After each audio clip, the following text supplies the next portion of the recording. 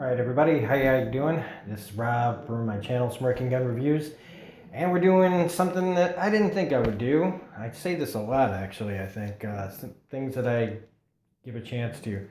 Tonight we are reviewing episodes 1 and 2 of Marvel's Cloak and Dagger. Now, I wasn't going to do this. I didn't even plan on looking for this show because I didn't really feel like this was going to be very good. It's on Freeform, and I didn't really know much about Freeform. All I know is the further down we go to these channels where these shows show up, the less likely I feel inclined to look them up, because if they were really good, they wouldn't be on these channels that you can't, I don't know. They feel like they're just kind of thrown there. And when something just feels kind of thrown somewhere, it feels like, why would that be any good?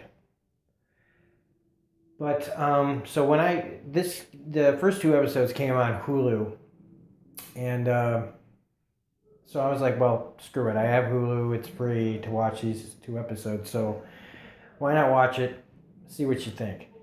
And I was fully prepared and fully expecting to hate this. I mean, I know about Cloak and Dagger, Tyrone and Tandy, and they're not the most popular Marvel characters, but on TV, maybe this show could work. But again, like I said, on Freeform, I wasn't sure about this, and I was just, after the trailer, I was like, oh God, I do not like the looks of this. This looks not good, just not good.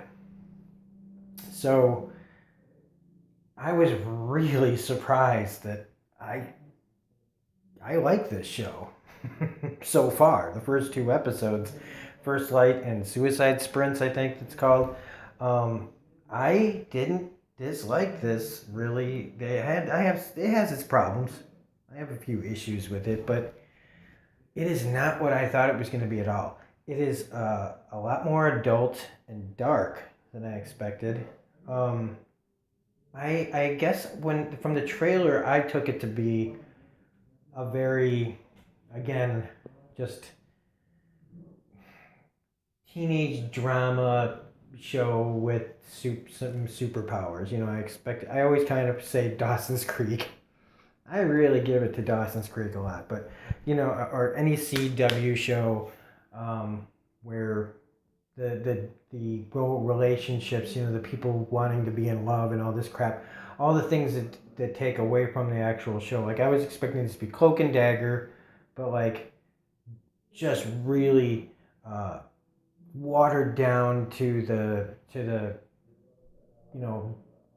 just romances and stupid little dramas that take away from the actual story. And this is not that. This is not that at all. And I am going to get into some spoilers, but I'll get to them. But right now I'm just kind of giving my first impressions. First off, the acting from was it Olivia? I want to say, gosh, thank God for tablets and stuff, right? Olivia Holt and Aubrey Joseph as the two main people in this are really good. Especially her. Actually, they're both just really good. She's a little bit. I think they gave her a little bit more to do in the first two episodes. Not that he doesn't have anything, but I expected a lot less from the acting in this, as well as the story. And I, again, was surprised. Gloria Rubin, who people today would mostly know from Mr. Robot, she's great in this. Everybody else I don't really recognize. But even there's a side character where Tandy Dagger, she has a boyfriend. And even he could just be this usual boyfriend character, and they actually give him some depth. And that's another thing about this show, is that there's a lot of character, a lot of interesting character, and more character than I thought it would have. So that's, again, very surprising in a good way. I like that they have, their origin story is not really much like the comic.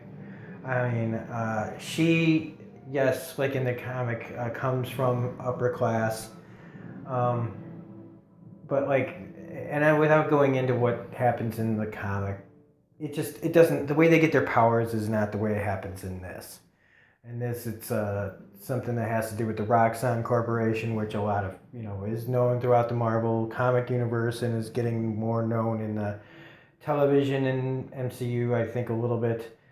Um, but I like the fact that they give her, like, the rich girl ends up, when she loses everything, kind of, like, what this accident that happens, she ends up on the street hustling, while the African American, you got Tyrone, who is actually, going to, like, kind of a upper crusty private school.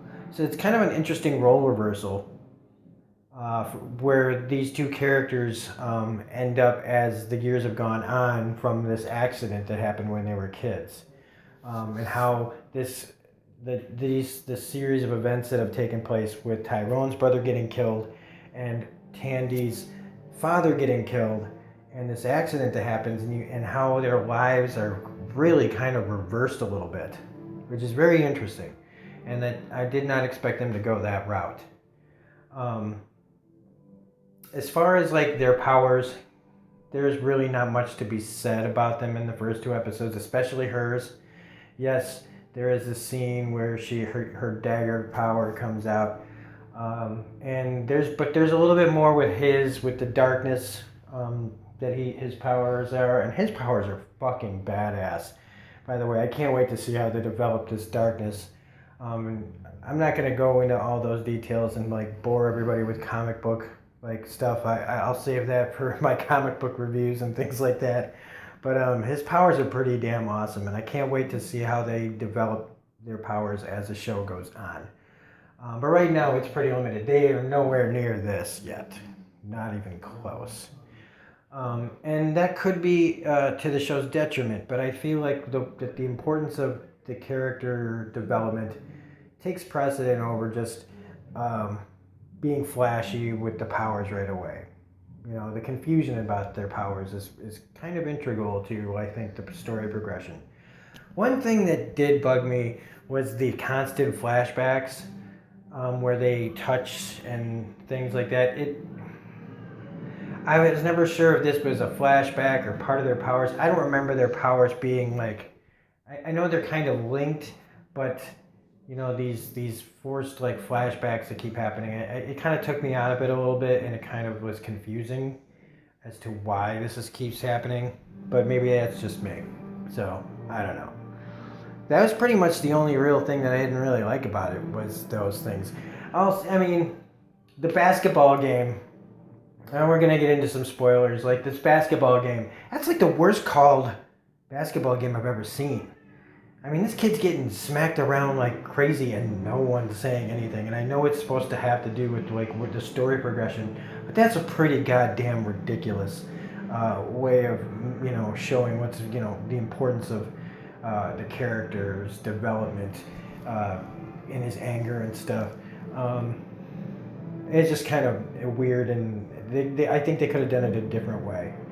I do like that, you can kind of see how certain plots aren't going to go very far. Like this whole, like, her trying to get out of town thing.